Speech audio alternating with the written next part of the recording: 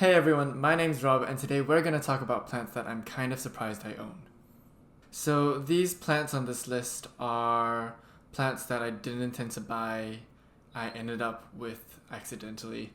I'll explain that one to you. And also plants that I kind of just saw and was like, oh, I really want this, and it's not something I normally would have bought either. So buckle in and let's get started. Also, Lionel's decided he wants to be with me during this video, so you might see him here and there. So this plant is a little bit of a cheat on this list. I ended up with it accidentally. So remember that regal shield that I said I was killing? Well, it's now a stump in a plastic box, and it's rehabbing, so fingers crossed it comes back. But I did order a new one, but this came instead. Now it's a bit of a cheat because I probably would buy this if I saw a bigger specimen of it. So it's like it's got everything that I like in a regal shield, just not velvety basically. And I ordered it and it came in the box and I was super excited, and then this came out and I was really upset. And so I emailed the company and was like, hey, I don't think this is a regal shield, and I saw them sent them pictures, and they came back a day later and were like, yeah, that's not it, it's been mislabeled. So unfortunately I don't have a new regal shield, but I do have this, and I probably would have bought this if it was a bigger specimen anyway. I really like it, and they've actually given me 50% store credit anyway, so I can even go back and buy something else. They're out of regal shields in that store, so unfortunately they're not going to be able to supply me with one. But I really like this one actually. It's really beautiful. It's adapted really well to my conditions, albeit my conditions are really nice for plants like this anyway. It was a bit floppy when I got it. I didn't panic this time, and I literally just like put it in a corner with proper light and it popped straight back up, which I should have done before. But you know, you live and you learn. So I'm really keen to see this one grow big. I'll put a picture of how big it gets over here. They get really beautiful actually, and I saw a big one at a nursery here, Royal City Nursery, and I really was like, oh, I'd buy this, but I already have a small one, so I stayed away from it. Also because I'm looking for a regal shield to replace the one that I have now. So, yeah. And that is the Alocasia Dark Star. It is very beautiful, I have to say. I am actually very happy that I own it, and I didn't really pay a full price for it either. So, remember when I said I usually only buy Hoyas if I see them and they're like a really, really cheap price? I guess I lied. I mean, this wasn't expensive, to be fair. It was pretty reasonable price. I can't remember. I think it was like $30 to $40. And for this, it's pretty good because I think I saw online that they were selling one of these, like one leaf, for about $60. So I was like, yeah. I bought this from Secret Garden Boutique in Guelph here. Lori knows me really well now. And she helped me pick this one because she said this one had the best growth point coming out of it. She's a Hoya collector. She knows them really well, so I trust her. I just really liked the fact that it was popping out like this and it looked like wings. Like, it was just really adorable. And I'm surprised that I bought it because I went in just intending to look, and then I saw this and then I really wanted it. And then I also bought something else along with it that it's a bit of a story, but I'll probably talk about that next anyway. I really like this plant. As I said, Hoyas are super easy to look after. You can just put them aside and not water them for for weeks if you want. It has a new growth point coming out, if you can see there. So I'm very excited because I don't normally see Hoyas grow. So fingers crossed this one grows. And I just like the way that the leaves look like wings. I call it Angel because it's so cute. It sits in my east-facing window, gets a lot of morning light. It's right next to my Hindu rope because I'm hoping that the morning light helps that grow as well. And I have seen a growth point on it. And I have actually sprayed a few of all three of my Hoyas with orchid fertilizer to see if it actually does help them grow. So we'll see, and I'll keep you updated on that. But that is the Hoya Polyneura. So this guy doesn't really fit in the category that we're talking about today. But because I mentioned the story of this plant, along with the previous plant, the Polyneura, I thought I might as well talk about it anyway. So this is my Monstera Esqueleto. It's growing a new leaf actually. And when I bought it from Lori, it was just the one leaf. And I looked at it and I was like, oh, is that a Esqueleto? And I really wanted one. And she priced it at $80, which is actually really cheap for an Esqueleto. I think most people sell one leaf for a lot more than that. Granted, this is not one of those big leaves with the really thin lines on it. So, not thin lines, sorry. They get really big fenestrations, and then the leaf is basically hardly any leaf. Not as little as an obliqua, but similar. And I really like this one. I liked it from the look of it anyway, and then I touched it. Like, I touched it, and it's velvety, and I had no idea that these were velvety. Don't ask me how I didn't know, because usually I know this stuff. And I immediately was like, okay, I'm buying this, and that was it for me. And this guy. Yeah, I'm so excited for this one to grow, because they get really big. And I love my climbers, and it's already got a new growth point. I'm very excited. Lori said that she got a whole shipment of these, and basically all of them died but this one. So she saved this one and got one leaf out of it, and she put it up for sale. And now I have it, and I'm so excited. We've got the new leaf coming out there, if you can see. There. And it's got a little bit of water coming out from it. So that's called guttation. And that just means that the water transport up through the plant and to the leaves is working perfectly fine. It doesn't mean you're overwatering it. It just means that it's taking up water really well. I'm really excited for this one, and I'm definitely gonna, I don't know, I've popped it. I don't know if you saw it in this video so far, but I've popped it right there next to the brandy. And I kind of want it to climb the shelf, but I don't know if it's going to get the big leaves if I do that. So I might put it on a moss pole and see how it goes from there. But I'm super excited. And yeah, look at that. That's so cool. It's so velvety, guys. If you could touch this. Like me and velvety leaves, though. I think you just have to put it in front of me and I'll buy it the minute it's velvety. I'm so basic that way, but it's so beautiful. That's so cool. Right. Let's see if I can get this name right. This is off the top of my head, the Tillandsia Caput-Medusae purple. I think I got it. I will put the name down here so that you know what it is. But it's giving off a pup, guys. Look, it's giving off a little baby.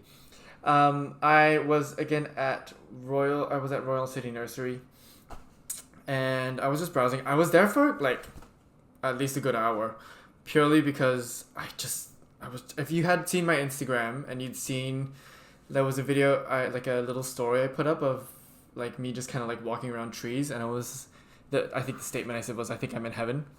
Really was. So they have this really nice outdoor tree area at the back, but then they also have a big greenhouse, which is where this cashier and all that is, and everything else, and the accessories and the pots and all that, and the indoor plants. It was so hot. I was sweating bullets by the end of it, and it's not even the hottest time of the year yet.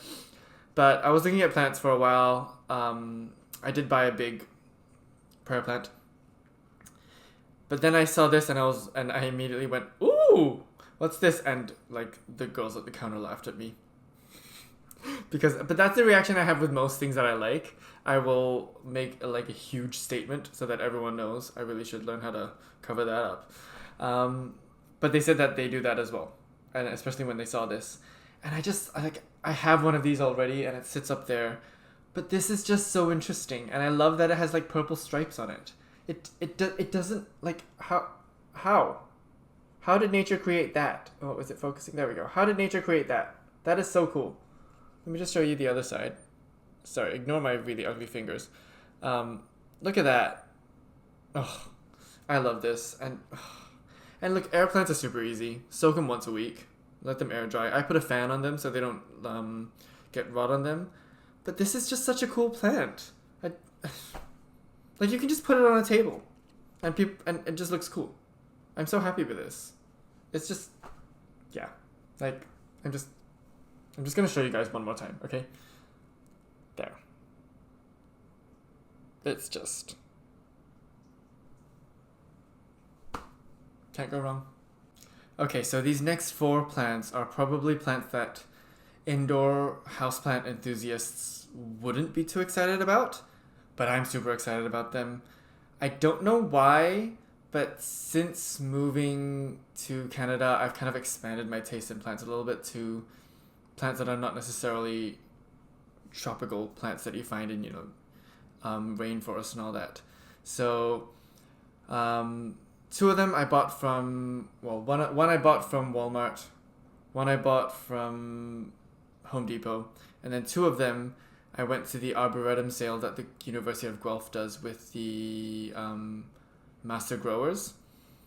They do it once a year, right when summer comes around, and they basically just sell mostly like trees. So these are trees, 2 of them, and I kind of just saw them and they had velvety leaves, and I just wanted them. And apparently they can be grown in pots as well. The lady selling them told me, so I bought them. They were $4 each, these 2. So I'm gonna show them to you. If you like them, go ahead. If you don't like them, feel free to skip this segment. So this is the Fuchsia Triphylla Gartenmeister. Got it. This is just so cool looking. I saw someone else looking at them, and then I was like, ooh, what's she looking at? And I just really like them. I like the leaves. They're velvety, again. And they have like these, I don't think it comes across really well, but they have like these deep, like almost, what was it, burgundy-ish kind of like veining. And I just really wanted it. I have no other explanation other than the fact that it was $4 and I really liked it. Like it's just pretty. I think it flowers. I think fuchsias do flower. I'm getting a little bit of mixed information on how to care for this. So I'm if it's in a pot, I'm gonna let it dry out to until the top inch or 2 inches kind of dry out, and then water it. Oh, I'm getting soil everywhere. And yeah, I'm getting conflicting information. So the tag here says sun, but then when I look at it online, they say don't give it full sun, give it partial sun or part shade. So I don't know. If anyone has looked after this and knows what it needs, then let me know. The woman who at the Gartenmeisters who was selling it said that it is grown outside most of the time, but it is overwintered indoors most of the time. So she said that hers are indoors and in pots in winter. And so I was like, well, that means I can put it in a pot and all year round, right? As long as I give it the right conditions. And it looks happy so far. It's got new growth points as like over there and on that one as well. So it's growing. I'm happy with it. I haven't given it full sun yet. I'm just giving it bright light. So I'm just putting it in a spot where, well, anywhere in this room, if you sit, you can see the sky. So everything gets good light here. So fingers crossed this one does well. I really like it. I was thinking of putting it outdoors, but I really we have a balcony here, but it faces west, and I really don't want to give it full afternoon sun unless I know it can take it. So if anyone watching knows anything about this, please let me know. I'm getting a lot of conflicting information online. This is called the Asclepias Curassavica, or the tropical milkweed. There was no way I was going to remember that name. It's just, again, the velvety leaves. The lady at the Gartenmeisters, it was a different one, said that this is a bit of a harder to find version of this. So normally, I can't remember what colored flowers she said they get, but this one gets orange flowers, which she said is not a common one. So, and then Wes was like, well, of course she's going to say that because she wants to sell it to you. It's $4. She's not making a huge sale. So I don't think she'd lie to me, but it's quite pretty. I like it.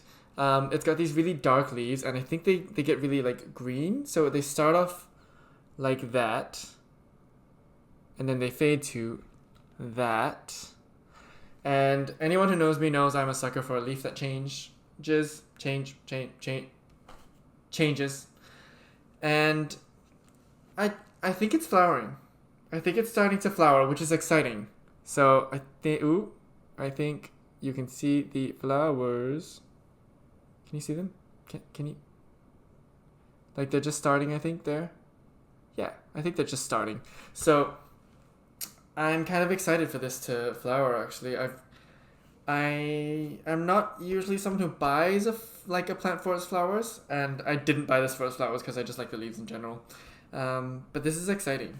And again, this is a plant that I think if I hadn't gone to the Arboretum sale, I probably wouldn't have looked at it. I have noticed that outdoor plants are a lot bigger in this area than, say, indoor plants. So if I go to somewhere like a Canadian Tire or a Home Depot, they don't have as many indoor plants as they would in, say, like Toronto or like a city. And it makes sense. So here people have space to grow the outdoor plants, whereas in big cities where people live in apartments, you have to have indoor plants because you can't really have outdoor plants. So I'm kind of excited for this one. I was contemplating putting it outside. It has been in full sun, and I don't know whether it's struggling with the full sun because the bottom leaves are yellowing, or if it might just be the intensity of the heat through the window, because the window might be amplifying that heat. So I mean, it's okay. It's starting to flower, so I don't think it's going to die if it gets that full sun. It just needs to acclimate, I think. So, fingers crossed. The tag says full sun, so let's see. So this one's definitely struggling with the heat coming through the window. I situated this right up against the window, which honestly, bad idea. So I've moved it back a little bit. But this is my lavender tree. It has flowered a couple times for me already, but I think lavenders just kind of keep flowering. And I have been pruning it, though, because internet advice says you should be pruning the flowers off when they start kind of when they're like 50% open, I think. So I have been pruning it back, and I just really like it. It smells nice.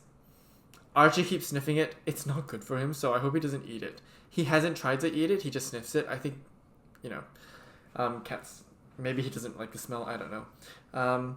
But this one's an easy one to grow. Like, I don't have to do anything. I let it dry out completely. Apparently, it likes dry soil with very little nutrients. So I've just left it in its grower's pot. And I put it in this like really nice white basket. It's quite pretty. So I like this one. I find lavender trees really interesting because they're actually a shrub and then they've been trained up a pole.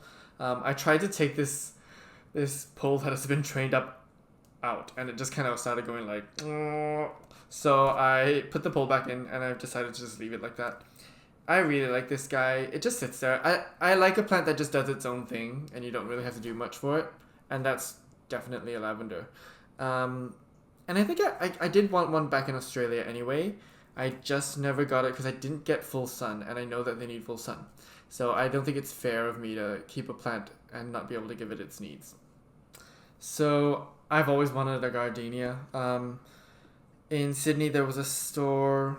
Ooh, I just found a new growth. Anyway, in Sydney, I was friends with Trent, who owns Plant Daddy, and he did sell gardenias. And I'm just gonna pull that dead flower off there. And unfortunately, they need full sun, and I couldn't, give them that because my old apartment didn't have that. So I didn't buy one, but I really wanted one, and I found one at the Home Depot, and I'm very happy with it. Again, easy to grow. So let it dry out, give it its sun, and it's flowered 1, 2, and there's a new bud coming there 3. So it's already made me really happy. I just look at it. It sits on a nice stand in its pot, just there where the cats can't get to it, because this is not good for the cats. Definitely not good for the cats. So I've kept it away from Archie specifically because Lionel does not care. And I just really like this one. What can I say? I've always wanted one. I'm very happy that I finally have one because I have the conditions to give it. I'm wondering whether I should put it outside. It's doing fine. It's grown like 1, 2, 3. Oh, there's a new flower coming out here. Yay. It's flowering, so I think it's happy. It's doing what it needs to do. So I'm gonna keep it right by my table so I can look at it while I study. Okay, so these next three are my three favorite on the list. So I'm just so excited to show them to you because I really like them. They're beautiful. I'm so excited. This is Ledebouria. Wait, hold on. Ledebouria.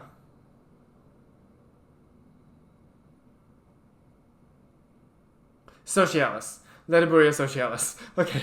Um, and it's also called a silver squill, and it's adorable. It's a bulb plant, and ooh, its pup is kind of popping out there. I need to put that back in there. Stay there. Come on. Okay. And I love bulb plants because they're easy to look after. You just wait till the bulb looks a little bit wrinkly, and then you just water it. It's not hard. And I love this plant. I got it from Secret Garden here in Guelph again. I go there like 3 times a week. It's ridiculous. And I was kind of just walking through and I saw this and I was like, ooh, I made that sound again. And Lori was like, isn't it cute? It was $12 and it was just so adorable. I love this. It's great. It reminds me a little bit of a albuca. So I have an albuca humilis, but it reminds me mostly of like a leafier version of albuca spiralis. I'll put a picture here of a spiralis. And they're both bulb plants. They're both out of Africa. They're amazing. I love this. It's so easy to look after. I wait till it's dry, and then I wait till the soil's dry, and then I see a little bit of wrinkles on the bulb, and then I have it in a tray, and I just fill the tray up, and I just let it bottom water, and then I throw the rest of the water out, and that's it. Like it's so easy. You can water it from the top, but when I water it from the top, nothing really absorbed into the soil. I think because the bulbs are just there. And it spreads by shooting bulbs out. It's already spread a little bit. So it's got that new bulb there. It's got a new thing popping out here. Ooh, can you see? There, over here. That one. I'm really bad at like angles with this camera. There. And then it's also got a new little bulb there. And they keep just kind of rising out of the pot. I think they do need to be repot. Lori told me not to repot it, but I might ask her for a little bit of help there because I've been looking online and people say they pot them in wide, succulent-y kind of pots. So I'm going to do that. And I'm just so excited for this to fill out. Easy to look after. Let it dry out, water it, and then just give it dappled or indirect light. It's super easy. I love this thing. It's so cute. Look at that. That's the silver squill. It's just so cool. It's just so cool. This is Drosera Capensis. I think the common name is sundew. And it is a carnivorous plant. And carnivorous plants are so cool. You just give them distilled water and they kill your plants. They kill any insects that come in contact with them. The way that this one gets them is I think they get little sugary. I can't touch their leaves or they'll die, so I have to be very careful. You give them. They have little sugar or nectar droplets on their leaves, and so the flies get attracted to them. They land on it, and then they get stuck. And I'm pretty sure that the flies just dissolve, which is what happens in a Venus flytrap or the pitcher plant. I can't remember what the name for that is off the top of my head. This is so cool. And I really like these plants or any carnivorous plant because you just put them in an inch of distilled water and you just keep that full and that's it. And then they take care of the rest for you. You don't water them from the top. I mean, I think you can, but you shouldn't because... Oh, I touched it. Because they don't like it. They want the water to come from the bottom. I have gotten a little bit of drops on the top because when I water it, it just sometimes spills. But it's just, yeah, give it full sun. And that's it. I've decided to get this, and I want to get another carnivorous plant because I am starting to grow more things in soil. Purely because recently, and I don't know whether it's the conditions that I have because it's so humid, a bunch of stuff in the pond mix that I bought recently has just rotted away. It's really upsetting. Not rotted away, like they've gotten some root rot, and I've caught it in time, and I've snipped it and treated it with, what's it called? That thing. Hydrogen peroxide. I have a diploma in biomedical sciences, and I can't remember hydrogen peroxide. Yeah, so I did like a mix of water and distilled water and hydrogen peroxide, and I've just kind of treated the roots that way. And then I'm gonna put them in soil once I can. Just in like a really nice airy, well draining aeroid mix, and just go like that from now on. Because honestly, burn me once, never gonna do it again. Because I cannot risk my plants getting that. And they were nice, expensive plants too, so really annoying. But anyway, so with the advent of soil comes this, because fungus gnats come, and I need to get rid of them somehow, and this is the only way to do it, easily, I guess. So that is the Drosera Capensis. So this one is my favorite one, and this is the Justicia Brandegeeana, or I think it goes by Mexican shrimp plant, red shrimp plant, and this one was just listed as shrimp plant. Now, there's a bit of a story with this one, and I actually have two, and there's a reason why. So, Wes went to a conservatory with his friend, and I was at a climbing gym, and I received this message, and it basically just said, I want this plant, can you find this plant? It's this plant, and I'll show you, like, it's just so cool. It actually looks like shrimp. It's so cool. And I saw this and I was like, ooh, that's really cool. And so I looked and looked and looked, and I couldn't find it. Like, I looked everywhere. And so we were like, okay, maybe we just can't find it. So we just left it. And then I was laying on the sofa 2 weeks ago, I think. And I get an email from this plant store that I signed up to their mailing list for. They're in Toronto. And it was basically like, oh, we have new stock. And this was the first plant on the list. And it was $10. So I bought two. Because I wanted one and then Wes wanted one. So we now have two. And they're both proving to be extremely easy care. One thing I really liked about it was, and I love doing this, is when the soil's really dry and the plant is root bound, you can like pull it up and the soil comes with it and it keeps its shape. I absolutely love it. It's one of my favorite things to do. And so these two had ridiculous root systems, and I put this Sustee Meter in it because I don't want to kill it. And Sustee is really good, by the way. So if you're looking for a way to not kill a plant, use Sustee. And I bought two because Wes really wanted one and I wanted one, so I put one in his office and one in this room here. And I find it really interesting because we get to also not only just experience the beauty of this plant, because, I mean, look at, like, it's just so cool. So it has the leaves, and then these aren't technically flowers. I think they're called bracts, and it's just basically like the end of the stalk. The really cool thing with this is because we have one each, I get to compare growing conditions because I'm actually looking after them. He just gets to enjoy them. And in my room, mine has produced 3 bracts since I've got it. So this one here and this one here were already there, but then that extra one there, that one there, and that one there, the two on the sides, I don't know if I showed you there and there, have just come out, I think, 2 days ago. And I think I see more coming out as well. So in like a humid conditions, like 60 to 65, sometimes this room goes up to 70. The humidifier is on low, but sometimes it goes up to 70 because, sometimes outside humidity is high, so then this increases. And I don't mind. I have like the circulation going anyway, so it's fine.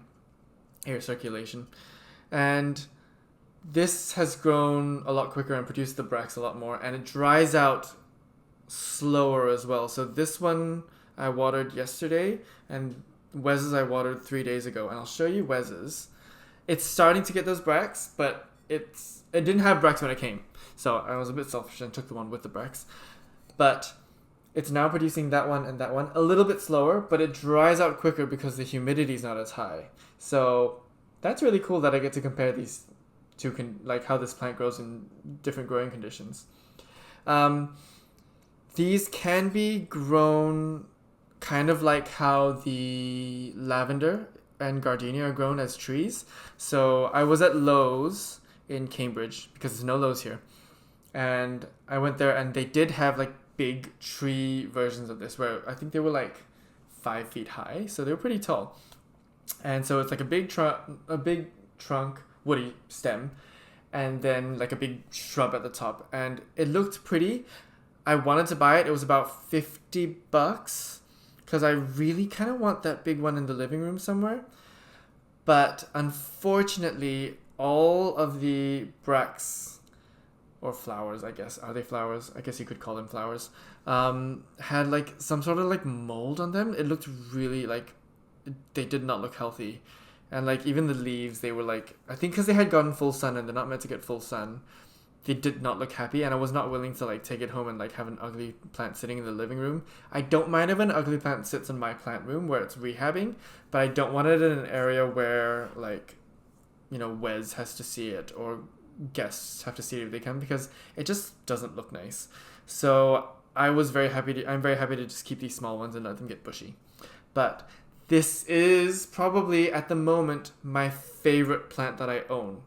So random, but I just love it, and it's proving to be super easy. I just ignore it, and then when I see the Sustee Meter turn white, I water it, and that's it. Like I haven't done anything. I'm not gonna repot them yet because I don't want to disturb them too much. I probably will repot them into bigger pots. I don't know, like in a month or so. I'll probably just drill a hole in these like cash pows and just do that. But yeah, that's my favorite plant on this list. And this is a plant I probably never would have bought in Australia. I only own this because my husband texted me saying he wanted one, and it's literally the only plant he's ever asked me to buy. The only plant. He has never asked me to buy a plant until this one, and I can see why. Like, seeing it in person is so much better than seeing it on a picture, I have to say. This is, I don't think this video does it that much justice. Stay still, stay still. There we go. It is just so cool. It's so interesting. But yeah, if you can get your hands on this, get it. Because super easy care, let it dry completely and then just water it. That's all. And then just put it in the corner. Don't let it get direct sun on it because it burns. And that's it. I love this plant so much. It's gonna be my favorite for a while. Sorry, Philodendron Florida Ghost, but I think you have some competition. But yeah. So that's it for today. If you liked my video, like and subscribe. Next week, I'm planning on talking about plants that I really don't like. And, oh. Hey there. Can you go? Okay. Okay. I think he's just gonna stay there. Next week, we're gonna talk about plants that I really don't like. And, I think people aren't gonna be happy with me. So, keep your eyes peeled for that one. Bye.